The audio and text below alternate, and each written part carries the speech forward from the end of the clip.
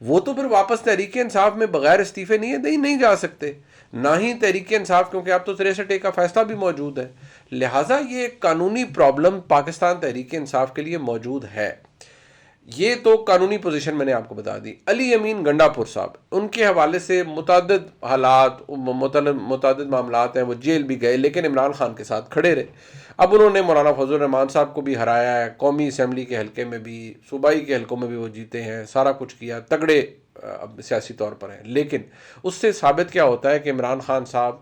اگر عمران خان کے لحاظ سے دیکھا جائے تو ٹھیک ہے بھائی، میرے ساتھ کوئی بات نہیں کر رہا تو میں بھی بتا رہا ہوں کہ پھر ٹھیک ہے، مجھے مینڈیٹ ملا ہے تو میں اس بندے کو چیف منسٹر بنا رہا ہوں خیبر پختونخوا کا جو آپ کو سب سے زیادہ ناپسند ہے. ٹھیک ہے جی، علی امین گنڈا پور یہ میرا کینڈیڈیٹ ہوگا. لیکن اگر امپیکٹ کریٹ کیا جائے، اگر اس کا حالات دیکھے جائیں، تو پھر علی امین گنڈا پور اگر خیبر پختونخوا کے وزیر اعلیٰ بنتے ہیں تو کیا چیز آگے چلے گی؟ وہ روز کہیں گے جی میں اسلام آباد پہ، کبھی کہیں گے میں چڑھائی کرنے جا رہا ہوں، کبھی کہیں گے جی ہم یہ کر رہے ہیں، کبھی وفاق کوئی بات کہے گا تو نہیں مانی جائے گی. اسی طرح اور 100 مسائل ہوں گے. خیبر پختونخوا کے اندر تحریک طالبان پاکستان کا اس وقت بہت بڑا انفلکس ہوا تھا. کیوں؟ وہ بھی غلط پالیسیوں کی وجہ سے. وہ اس میں بائی دا وے تحریک انصاف کا بھی قصور ہے، لیکن اس وقت کی اسٹیبلشمنٹ کا بھی قصور ہے جنہوں نے یہ ان کو واپس آنے دیا، ان دہشت گردوں کو. اب حالات وہاں یہ ہے کہ خیبر پختونخوا میں الیکشنوں سے پہلے تک تحریک انصاف کی جب حکومت وہاں پر تھی، جب تک رہی، تو وہاں پر تحریک انصاف کے اپنے وزراء بھتے دیا کرتے تھے طالبان کو، تحریک طالبان پاکستان کو، اپنی جان بچانے کے لیے. اب وہاں پر اگر اس طرح کی حکومت ایک بن جائے گی تو وہ ریاست کے لیے بھی ایک بہت بڑا مسئلہ ہے. اور علی امین گنڈا پور جاب جیسے جن کا مینڈیٹ تو ہے، لیکن وہ جس طرح کی سیاست کریں گے، اور جو پھر عمران خان صاحب انہیں کہیں گے کہ بھئی اس طرح کرو، تم دھرنا لے جاؤ، تم فلان کرو، تم اٹک کے پل کے اوپر چلے جاؤ، تم یہ کرو، روز جناب وہ کبھی یہ رسا کشی ہو رہی ہوگی وفاق کے ساتھ، تو ایسے میں کیا معاملات چلیں گے؟ لیکن اس سے میسج عمران خان نے کیا دیا کہ بھئی میں موجود ہوں، میں جیل میں بھی کھڑا ہوا ہوں، میں تگڑا ہوں اور میں آپ سے لڑوں گا، میں پیچھے نہیں ہٹوں گا. تو پھر جو لڑائی ہے پھر وہ تو آخر تک چلتی ہے. اور ریاست سے لڑائی میں کوئی جیت نہیں سکتا، کیونکہ ریاست کی طاقت کے آگے کوئی سیاسی شخصیت، کوئی بندہ کھڑا نہیں ہو سکتا، بے شک ووٹ جہاں ڈال جائے، جو کچھ ہو جائے. آج یہ بھی خبریں متعدد ذرائع سے آ رہی تھیں، ان کی ابھی تصدیق نہیں ہو پائی، کہ جی خیبر پختونخوا کے اندر بھی جھرلو پھرا ہے لیکن تحریک انصاف کے حق میں، وہاں پر بھی بہت کچھ ہوا ہے. اور آج شہباز شریف صاحب نے تو یہ کہا کہ نان اسٹیٹ ایکٹرز نے تحریک انصاف کے لیے ووٹ ڈلوائے ہیں. اب پتہ نہیں اس کے شواہد ہیں نہیں ہیں، پاکستان کی انٹیلیجنس ایجنسیوں کے پاس اس کے شواہد ہیں نہیں ہیں، لیکن یہ الزامات تو لگ رہے ہیں. لیکن الزامات اور جگہ بھی لگ رہے ہیں. آج ایک اور سب سے بڑی ڈیولپمنٹ ہوئی جو میں نے آپ کو پہلے بھی بتا دی تھی، کہ کوئی بندر بانٹ اس طرح کی نہیں ہو رہی. بندر بانٹ کیا بیسکلی وہ یہی ہے کہ جی صدر کا عہدہ پیپلز پارٹی لے رہی ہے، گورنر اپنے لگوا لیں گی، چیئرمین سینٹ اپنا لگوا لے گی پیپلز پارٹی، لیکن وہ اعتماد کا ووٹ دے دے گی مسلم لیگ نون کے وزیر اعظم کو، یعنی سپورٹ کا ووٹ دے دے گی، لیکن کابینہ میں نہیں بیٹھے گی حکومتی بینچوں پہ. لیکن ایسی صورت میں جو حکومت آئے گی اس کا کیا منظرنامہ ہوگا وہ میں آپ کے سامنے پیش کرتا ہوں. ایک نہایت ہی کمزور لولی لنگڑی حکومت ہوگی جو روز بلیک میل ہوا کرے گی. بے شک یہ حکومت بن رہی ہے اس گوند سے، اور جیسے اسمارٹ بانڈ ہوتی ہے، جیسے فیویکول ہوتی ہے، جیسے بہت طرح کی گلو ہوتی ہے جس سے چیزیں جوڑی جاتی ہیں، یہ اتحاد بھی اسٹیبلشمنٹ کی گلو سے جوڑا جائے گا اور اسٹیبلشمنٹ کی ہی زیر سایہ ہوگا. ہاں، جب پیپلز پارٹی کے ڈیمانڈز نہیں مانی جائیں گی تو پیپلز پارٹی یہ کہے گی کہ اچھا جی ہم تو آپ کی سپورٹ کھینچ رہے ہیں، اور وہ کھینچ سکتے ہیں. 54 کا فگر ہے ان کے پاس الیکٹڈ ایم این ایز کا. ظاہری بات ہے بڑا ہو جائے گا جب ان کے پاس ریزروڈ سیٹیں بھی آ جائیں گی، تو پاکستان پیپلز پارٹی تو ہر وقت بلیک میل کرے گی پی ایم ایل این کو. نہ وہ گالیاں کھائیں گے کیونکہ وہ وزارتوں کے اوپر نہیں ہوں گے، کوئی ان کے پاس عہدہ نہیں ہوگا ایسے الیکٹڈ جو ایم این اے کا، یہ منسٹروں وغیرہ کا، تو وہ نہ گالیاں پڑیں گی مسلم لیگ نون کو. گالیوں کی بات میں کیوں کہہ رہا ہوں؟ ابھی میں نے آپ کو پہلے ہی بتا دیا تھا آج صبح کے ولاگ میں کہ جو پاکستان کی معاشی حالت ہے، ایسی صورتحال میں جب حکومت بنے گی، اوپر آئی ایم ایف لگا ہوا ہے، کھینچا تانی، یہ سب کچھ، جو بھی وزیر اعظم ہیں، میاں نواز شریف صاحب آئیں، شہباز شریف صاحب آئیں، حالات تو مشکل ہوں گے، اتحادی بھی بنیں گے. ہاں یہ ضرور ہے، اب اس میں ایک ٹوسٹ ہے. اس میں ٹوسٹ یہ ہے کہ پاکستان مسلم لیگ نون کے اندر یہ سوچ پائی جاتی ہے کہ جناب تگڑا ہاتھ مارا جائے، کوشش کی جائے کہ کسی طرح، کسی نہ کسی طرح ہم اس جگہ چلے جائیں جہاں ہمارے پاس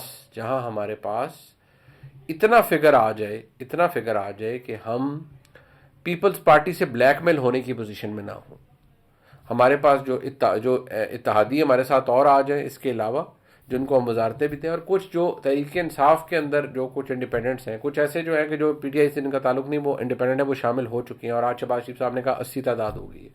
ابھی اور کوشش کی جائے گی کہ جو پی ٹی آئی کے اور لوگ ہیں جو کہ آزاد ہیں ٹیکنیکلی ان کو اپنے ساتھ میں لایا جائے، تاکہ پیپلز پارٹی کے بلیک میلنگ سے بچا جا سکے، یا پیپلز پارٹی جب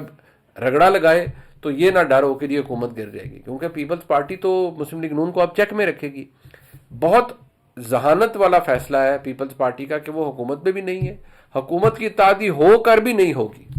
وہ صرف انہیں وزیر اعظم کے لیے سپورٹ کریں گے اور بیٹھ جائیں گے، روز لتاڑا جائے گا حکومت کو، اور وہ تالیاں بجائیں گے، وہ کہیں گے ہاں جی ان سے تو معیشت بھی نہیں چلتی، ہاں جی یہ دیکھیں گے انہوں نے کیا کر دیا ہے، بری فارن پالیسی ہے ان کی، یہ کر دیا وہ کر دیا، کسی چیز کا بلیم بھی نہیں لیں گے۔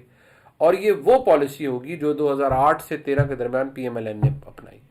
اتحاد سے نکل آئے، پنجاب ان کے پاس تھا، ادھر پیپلز پارٹی کے پاس سندھ ہے، اور شاید بلوچستان کا وزیر اعلیٰ بھی پیپلز پارٹی بنا لے اسی چکر میں، تو وہ تگڑے رہیں گے، وہ تنقید بھی کرتے رہیں گے مسلم لیگ نون کی، اور ان کے وزیر اعظم کو سپورٹ بھی دیں گے۔ ایونچولی کیا ہوگا، آخر میں کیا ہوگا کہ پیپلز پارٹی کہے گی دیکھیں جی یہ پی ڈی ایم 1 میں آئے، انہوں نے بیڑا غرق کیا، پی ڈی ایم 2 بنی تو اس کے اندر ہم نے تو جی بس نظام کو چلانے کے لیے ساتھ دیا تھا، ہم نے کوئی وزارتوں کے مزے نہیں لیے، اور دیکھیں جی انہوں نے یہ سب کچھ کیا، یہ تو بڑے نالائق ہیں۔ اس میں پورے کا پورا جو جسے کہتے ہیں نا تلوار، وہ مسلم لیگ نون کے سر پہ ٹنگی رہے گی ہر وقت، کہ جی ہم نے ڈیلیور کرنا ہے۔ پنجاب میں وہ ٹھیک ہے، وہ آ جائیں گے، اور اگر ان کو کوئی اتنی عقل سمجھ ہے تو پھر وہ لوگوں کو ڈیلیور کریں گے، تاکہ شاید لوگ ان سے راضی ہوں، جو مسلم لیگ نون کا ناراض ووٹر ہے، جو اور ووٹر دوسری طرف چلے گئے ہیں، شاید ان سے راضی ہو جائیں۔ لیکن وفاق کے اندر تو اس وقت سخت مشکل حالات ہیں، اور پی ایم ایل این کی بیشنگ ہوگی، جیسی حکومت میں آئیں گے بیشنگ ہوگی، تو وہ آپ کے سامنے حالات کی جو ایسی صورتحال میں یہ آپ کا سیاسی منظرنامہ ہے جو میں نے آپ کے سامنے پیش کر دیا۔ لیکن میں پھر کہوں گا عمران خان صاحب اگر آج بھی لڑائی لڑنا چاہ رہے ہیں ریاست کے ساتھ، اور وہ سمجھتے ہیں کہ نہیں بھئی میں نے تو پیچھے نہیں ہٹنا، تو پھر میں آپ کو یہ بتا دوں کہ یہ سلسلہ رکے گا نہیں، یہ سلسلہ چلتا رہے گا، اور یہ لڑائی کبھی ختم نہیں ہوگی۔